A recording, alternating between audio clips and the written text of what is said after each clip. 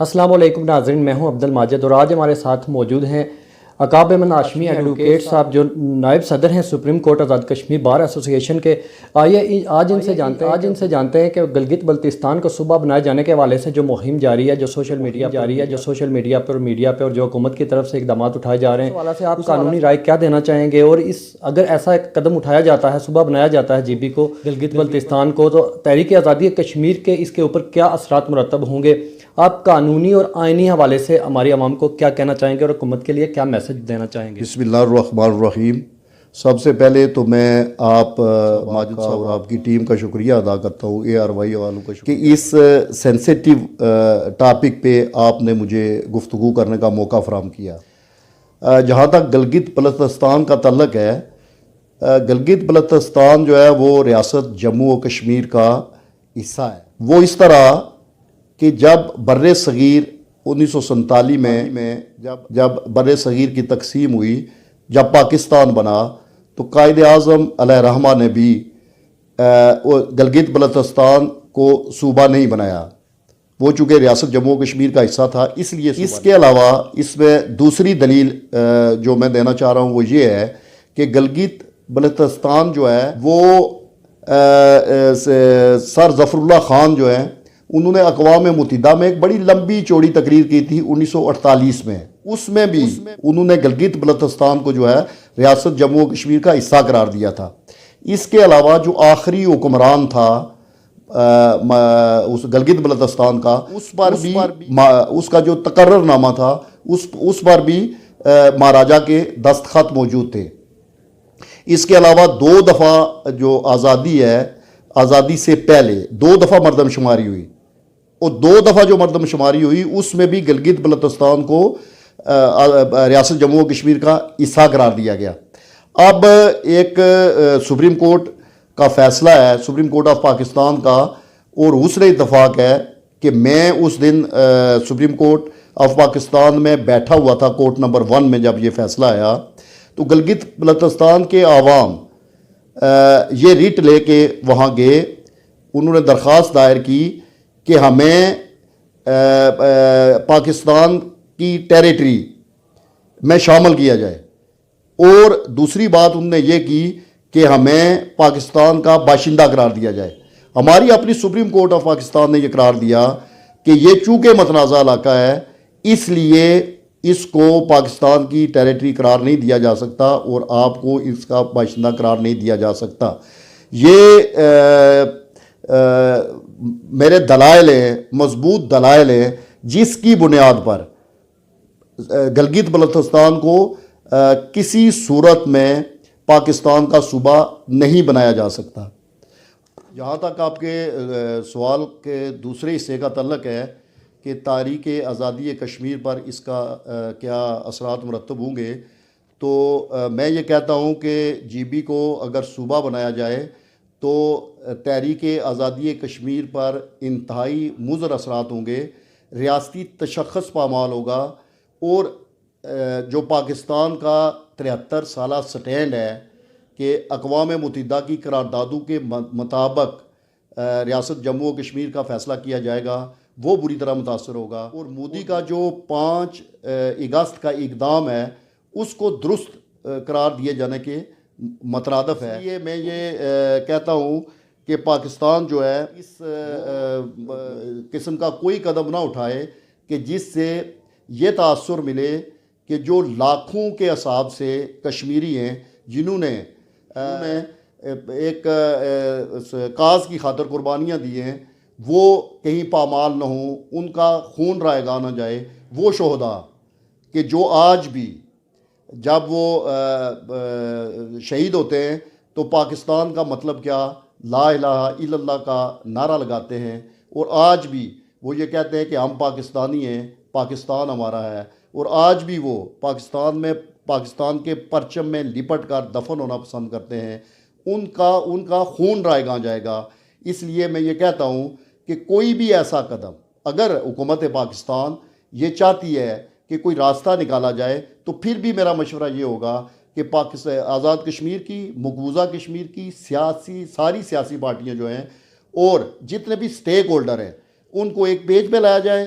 और फिर जो है वो इस मसले का कोई रास्ता निकाला जाए, हल निकाला जाए। मैं अपनी तरफ से, हम सारे वकला जिस बात पर मुत्तफिक हुए हैं वो ये है कि हुकूमत पाकिस्तान को चाहिए कि वो GB को आज़ाद कश्मीर का जिस तरह सेटअप है उस तरह का वो उसको सेटअप दें, दाखिली और मालियाती खुद मुख्तारी दें, और वहाँ जो है वो ज़्यादा से ज़्यादा तरक्की के मौके फराहम करें। वहाँ चूँकि मादनियात निकलती हैं और लीज़ जो है वो हमेशा पाकिस्तानियों को दी जाती है। मेरा यहाँ ये मुतालबा है हुकूमत पाकिस्तान से कि जो मादनियात की लीज़ है वो भी वहाँ के मकामी लोगों को दी जाए, और जो वहाँ डैम्स हैं, वहाँ जो मुलाजमतें हैं वो भी वहाँ के मकामी लोगों को दी जाएँ, और उनको ज़्यादा से ज़्यादा वसाइल मुहैया करके उनका एहसास महरूमी जो है वो ख़त्म किया जाए, और वहाँ सनतें लगाई जाएँ, वहाँ तामीर व तरक्की की जाए, वहाँ तालीम, सेहत और जो इंफ्रास्ट्रक्चर है उसको बेहतर किया जाए। ये एक तासर जो दिया जा रहा है या गलत फहमी पैदा की जा रही है आज़ाद कश्मीर और गिलगित बल्तिस्तान वालों के दरमियान, वो ये है कि वो ये सोच रहे हैं कि खुदा न खास्ता हम वकला जो है उनके हकूक़ के ख़िलाफ़ हैं। हम कतन उनके हकूक़ के ख़िलाफ़ नहीं हैं। हम ये भी बताइएगा कि आप चूँकि supreme court bar association Azad Kashmir के नायब सदर भी हैं, तो क्या इस वक्त यानी जब भारत इंसानी हकूक़ की भी पामाली कर रहा है, मकबूजा कश्मीर के मुसलमानों के ऊपर जुल्म और सितम की इंतहा की जा रही है, तो क्या इस वक्त ये टाइम दुरुस्त था कि पाकिस्तान की तरफ से ऐसे मसाइल को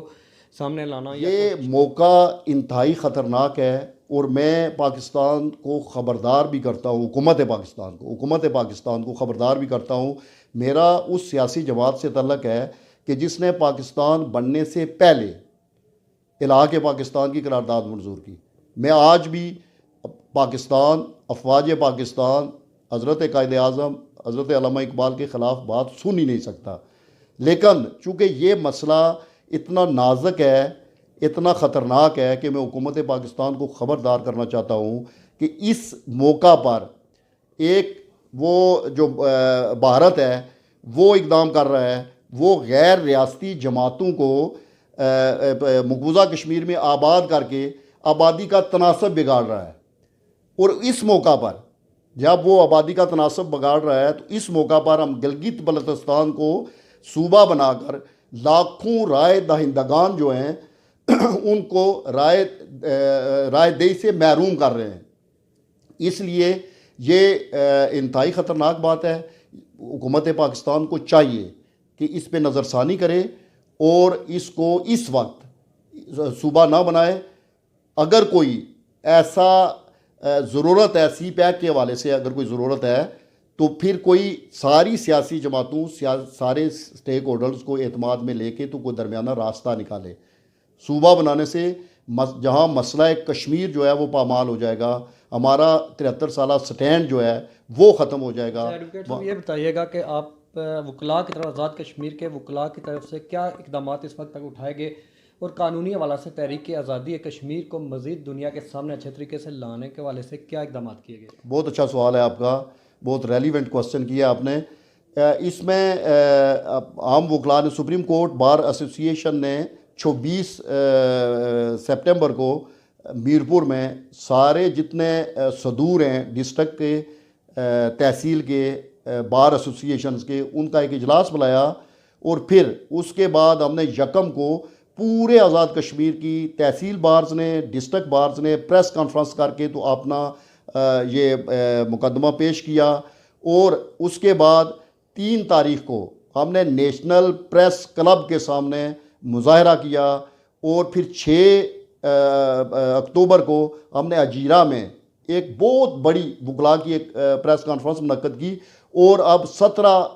अक्टूबर को हम रावला कोर्ट में एक मीटिंग कर रहे हैं, जिसमें हमारी कोशिश यह है कि गिलगित से भी GB से भी वकला आएँ और उनकी हम एक मुश्तरका कमेटी बनाएं और फिर ये काज लेके चलें। और हम वकला जो है वो, चूँकि वकील कभी भी, एक चीज़ याद रखें कि वकील कभी भी वैसे ही किसी चीज़ पे मुतफिक नहीं होते। हुकूमत पाकिस्तान को और अक़वाम आलम को इस हवाले से मकबूजा कश्मीर में जो जुल्म और सितम जारी हैं भारतीय तसल्लुत की वजह से, आखिरी क्या क्या पैगाम देना चाहेंगे? इसमें मेरा जो पैगाम है अक़वाम आलम को भी और हुकूमत पाकिस्तान को भी, वो भी ये है कि हमारे लाखों शहदा अपनी जानों का नजराना पेश कर चुके हैं और इतना खून बह चुका है, इतनी असमत दरी हो चुकी है कि अब जो है इस मसले को हल करना, ये मैं समझता हूँ कि अक़वाम आलम की ज़िम्मेदारी है। उन्होंने चूँकि करारदादों के ज़रिए इसका बेड़ा उठाया हुआ है, उनको इस्तिस्वाब राय करवाना चाहिए इससे पहले कि भारत जो है वो गैर रियासती बाशिंदों को मकबूजा कश्मीर में आबाद करके रियासती तनासब को बगाड़े। और हुकूमत पाकिस्तान से भी मेरी यही इल्तजा है कि कोई भी ऐसा कदम ना उठाए कि जिससे मसला कश्मीर जो है वो मुतासर हो। वो